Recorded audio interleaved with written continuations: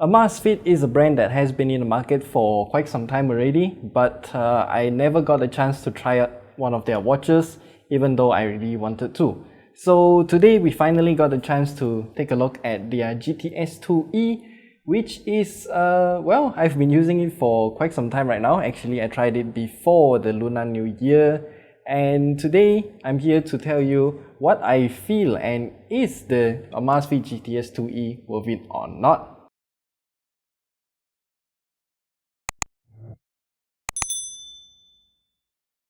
We should start off with the naming scheme of Amazfit's fashion-centric watches first. They are calling this the GT series. So they have the GTS 2E and also the GTR 2E. Both of them are pretty much similar in terms of all the features and whatnot. But the main difference is that the S in the GTS stands for square, whereas the R in the GTR stands for round. Yes, they are both more or less identical watches, but just different in terms of one is square and then another one is rounded in shape. And yeah, that's a pretty good naming scheme, I would say. Actually, they also have the GTS 2 and also the GTR 2. They are both higher end than the E variants of their counterparts, but today what we have here is of course only the GTS 2E. And we should start off with first the unboxing experience first, because the unboxing experience is rather funky. So the box is rather simple, rather big as well, but opening up from the bottom, we can see that the box opens up like this, and then we have yet another box just with the name Amazfit there, and opening it up is rather extravagant, I would say.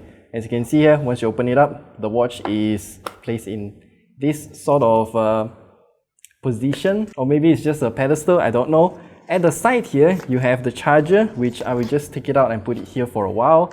And then on the other side, we have a user manual, which I'm not gonna touch. And to take out the watch is funky. So what you can do is to hold it like this and then take it apart. Yes, this packaging is just funky. That's the watch itself. So after unboxing the Amazfit GTS 2E, I would say the only thing that matters is still, as usual, only the charger and also the watch. So let's talk about the watch first. So as the name suggests, this is the GTS 2E, whereby the S stands for a square, but it's not actually square in shape. It doesn't have that 90-degree angles on all edges. It's more of a rounded square kind of shape. It also has a rather huge bezel all around the 1.65-inch screen, but because it's using AMOLED, the screen blends in well with the screen bezel as well. And everything just looks nice in black color actually. And the screen quality of the Amazfit GTS 2E that we have here is surprisingly nice too. Colors is fantastic, brightness is brilliant enough, and the glossy touchscreen here curves around the sides here into the frame of the watch, making it really comfortable to swipe to navigate around the watch itself. So now let's talk about features instead. So the Amazfit has an app called the Zep app, and it is surprisingly well made as well. There are a lot of features in here, and it is laid out in a very sensible manner. Here you can see a dashboard of all of the information on the home page, and you can swipe from the bottom to reveal a list of other settings as well. And then there's also the quote-unquote enjoy menu here to tell you what and how you can perform certain actions and customizations on the GTS 2E. It's more or less an interactive quick start guide, so you can go through every single option here to fully customize your watch if you go through the process from the beginning until the end. Again, a really sensible thing to do for its menus. And then for the last option here is where you can do a lot of customizations for the GTS 2E, for example, watch face customizations, but I would say it's still in a very messy stage right now because all of the watch faces are plopped into a single menu together. The categorization in this watch face menu here works, but it's definitely not clear enough. Like, how do you define between sports and fashion, or maybe just animations and whatnot, or cartoon, for example? It's just, it doesn't have a search function or tags for each and every single watch face, so you can search those tags for anything similar. And the Amazfit GTS 2E can actually do quite a lot of things as well. So swiping through the menus As you can see here, we have the activity goal, heart rate monitoring, music control. Remember, the GTS 2E does not have internal storage to store your music and connect to your earbuds, so it's only controlling music on my phone, but it still works. And then also there's of course weather, and then there's Pi. Pi here means personal activity intelligence, so it will culminate all of your different sleep data, your stress level and all of those stuff to tell you how you should improve your lifestyle. I think, well, it definitely has its own purpose, but it serves as a guide for you. And then the last menu here is actually something called shortcut cards. It's technically a dashboard of all of the information that you can show onto the watch here. So from the watch face here, swipe here, and then you can see all of the list here. It's really simple actually. And back to the Amazfit Zap app, you can rearrange all of the shortcut cards here to however you want, and you can even hide some of the cards if you want to. And also in the Zap app, you can do the same rearrangement and also hiding some of the apps when you go into the app list and customize it however you want. The app list here is when you are at the home screen page, press on the crown button here, and then you can review the list of apps that you can do on the GTS 2E itself. And this GTS 2E can also monitor my heart rate 24/7 and also track my sleep quality, and then derive all of those numbers to introduce me to my stress levels and also my Pi, as mentioned earlier. And there's also something called the offline voice assistant feature built right into the watch itself.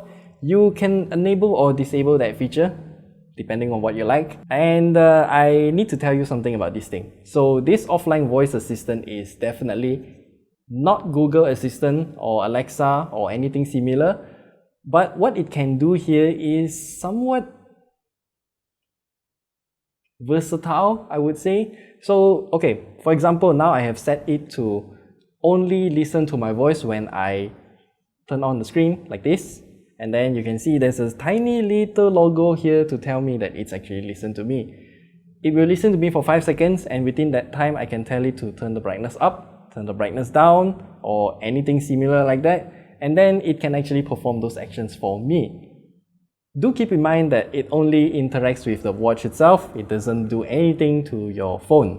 While I would say the offline voice assistant feature here is definitely limited, but I'm glad it's still there because there are just a lot more things that it can do in the future through maybe a firmware update or something like that. And what's surprising to me here is actually the battery life of the Amazfit GTS 2E. Like what I mentioned at the top of this video, I've been using this watch since before the Lunar New Year. Actually, I used it a day before the eve of Lunar New Year at night. And after a week, I still got about 15% battery life, which is really impressive. But as for the charger though, let me show you its charger. It's kind of still proprietary, which I don't really like. So let me just get it out. Okay, so the charger here is a Type A to this kind of magnetic pogo pin things, and it can only snap onto the watch in one direction, which not really something that I would prefer. I would prefer it to be a fully wireless charger.